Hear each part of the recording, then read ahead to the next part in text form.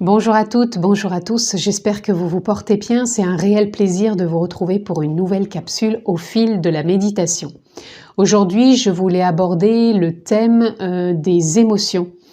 Les émotions font partie de notre vie à chaque instant, puisqu'elles sont en lien, bien sûr, de par nos blessures, de par notre ego, depuis l'enfance, puisque quand on l'a déjà vu dans les vidéos précédentes, on s'est construit autour d'un ego qui est moi je l'appelle l'ego personnage, où sont venus se greffer quelque part donc des émotions par rapport à notre vécu.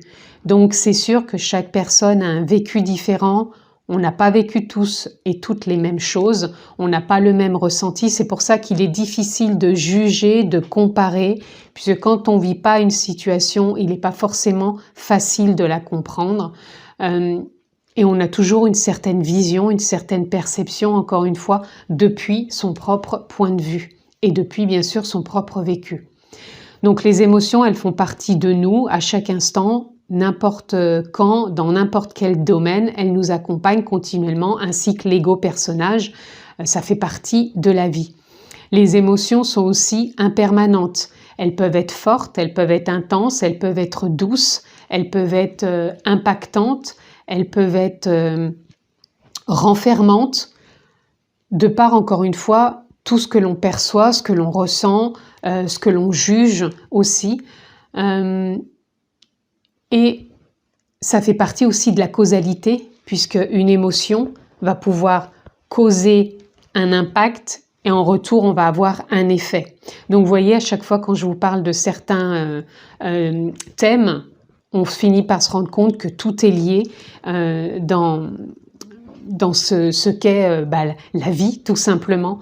Et on prend connaissance de tout ça, bien sûr, à force de le vivre, d'avoir une perception plus juste, plus ouverte. Et pour moi, ça a été aussi le fait d'avoir la méditation à mes côtés. Donc encore une fois, chacun peut voir comment il médite. Ça peut être de la méditation guidée, de la méditation en contemplation avec la nature, de la méditation en pleine conscience, peu importe. Moi, je vous livre ici mon ressenti de par les émotions et bien sûr de par la méditation que je pratique, sachant que je vous l'ai déjà dit, j'ai déjà pratiqué d'autres méditations qui ont été très utiles pour moi, qui m'ont fait cheminer et arriver là où j'en suis aujourd'hui. Donc, il n'y a vraiment aucun jugement de ma part. Je ne me le permettrai pas, sachant qu'on est tous différents et en même temps, on est tellement liés dans l'énergie. Donc, les émotions peuvent arriver très vite. On peut ressentir, si on est impacté par une parole de quelqu'un qui peut venir blesser, on peut ressentir une colère, tout de suite sortir une réponse impulsive de par cette colère. On peut ressentir aussi de par des choses que l'on voit et qui viennent nous toucher en plein cœur, nous impacter, nous faire mal quelque part. On peut être révolté, on peut se sentir agacé. Tout ça, ce sont des émotions qui peuvent être rapides et qui peuvent aussi s'arrêter et s'apaiser quelque part aussi rapidement. Après, on a les sentiments. Donc les sentiments, ça va être quelque chose qui va être présent, peut-être moins dans l'impulsion, mais qui va être dans une continuité plus durable, si je puis dire, puisque c'est des choses qui peuvent revenir inlassablement, telles que la jalousie, telles que l'amour, telles que le ressentiment, la honte. Ce sont des choses en émotionnel qui sont plus pour moi liées peut-être aussi à des blessures, que ce soit des blessures d'abandon, de rejet, de trahison, d'injustice, d'humiliation. Ce sont vraiment des sentiments qui peuvent être en lien avec ces blessures. En tout cas, c'est moi ce que j'en ai ressenti aussi de par mon vécu et aussi de par la compréhension que j'en ai aujourd'hui, de par des livres, des vidéos, voilà. En tout cas, ces blessures peuvent venir réveiller des sentiments et les émotions impulsives vont bien sûr venir impacter aussi certaines blessures en nous, mais elles vont être vraiment plus impulsives, plus impactantes et dans la rapidité, et ça peut s'éteindre aussi vite.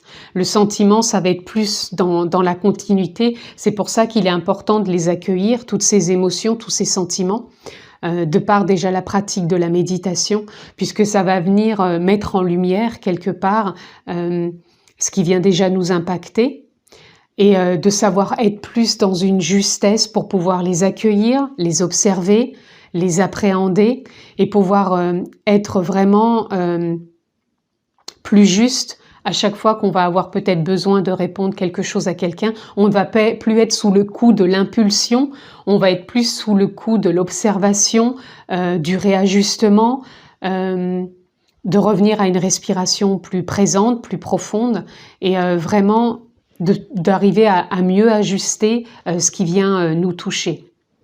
Et je pense qu'en méditant, au fur et à mesure qu'on médite aussi, on va moins se sentir impacté par certaines choses. Alors quand je dis moins, c'est que ça va se faire naturellement.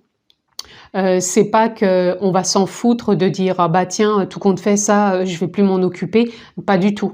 Au contraire, avec la méditation, on va venir observer tout ce qui se passe en nous. On va laisser quelque part traverser, infuser, et les choses se mettent en place d'elles-mêmes. Et on va ressentir comme une forme et une force en nous et quelque chose en même temps de très tranquille, de très paisible, qui nous permet justement de réajuster, de mieux comprendre, d'avoir plus de détachement, d'avoir une perception différente, et vraiment de savoir mieux s'allier entre nos émotions, nos sentiments, l'ego, l'impermanence, la causalité, tous ces phénomènes de la vie qui apparaissent avant, qui auraient pu vraiment nous mettre dans une confusion, dans une perdition. Et à force de méditer, on arrive plus à être dans une ouverture du cœur, de perception, quelque part aussi de compréhension, de lâcher prise avec plus de fluidité. Pour moi, c'est vraiment ce que je viens ressentir. Donc l'émotion aussi, elle peut venir nous faire pleurer, parce que c'est vrai que des fois, dans l'éducation, on a pu ressentir le fait qu'on nous dise « toi, t'es un garçon, donc tu pleures pas. Pleurer, c'est pas beau, arrête de pleurer, sinon... » On va continuer ce petit jeu d'échange jusqu'à ce qu'à un moment on trouve un terme. Donc tout ça, à un moment, s'il y a besoin de pleurer, il faut se laisser traverser aussi par l'émotion de pleurer. Souvent on peut se retenir, on va sentir que l'émotion vient et on se dit bah non, je ne peux pas pleurer devant un tel, c'est pas bien, ça se fait pas. Il y a encore un jugement là-dessus. Alors ok, si au départ on n'arrive pas à pleurer devant quelqu'un, il serait bon simplement de pouvoir prendre un temps pour soi, se mettre à l'écart et pouvoir pleurer.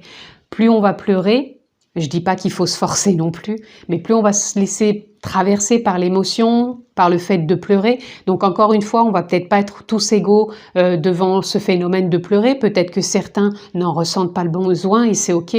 Par contre, si on en ressent le besoin, c'est vraiment de se laisser traverser, de pleurer. Comme on dit, toutes les larmes de son corps, tout simplement parce qu'il y a de l'émotionnel qui a besoin d'être là, qui a besoin d'être libéré pour pouvoir vraiment, entre guillemets, si je puis dire, décristalliser certaines choses en soi et pouvoir redonner plus un flux, un courant, une énergie qui va se remettre en circulation plus librement et qui va permettre de relâcher certaines tensions aussi corporelles, mentales, émotionnelles. Voilà en tout cas ce que je pouvais dire sur les émotions. J'espère que ça vous aura éclairé un peu plus.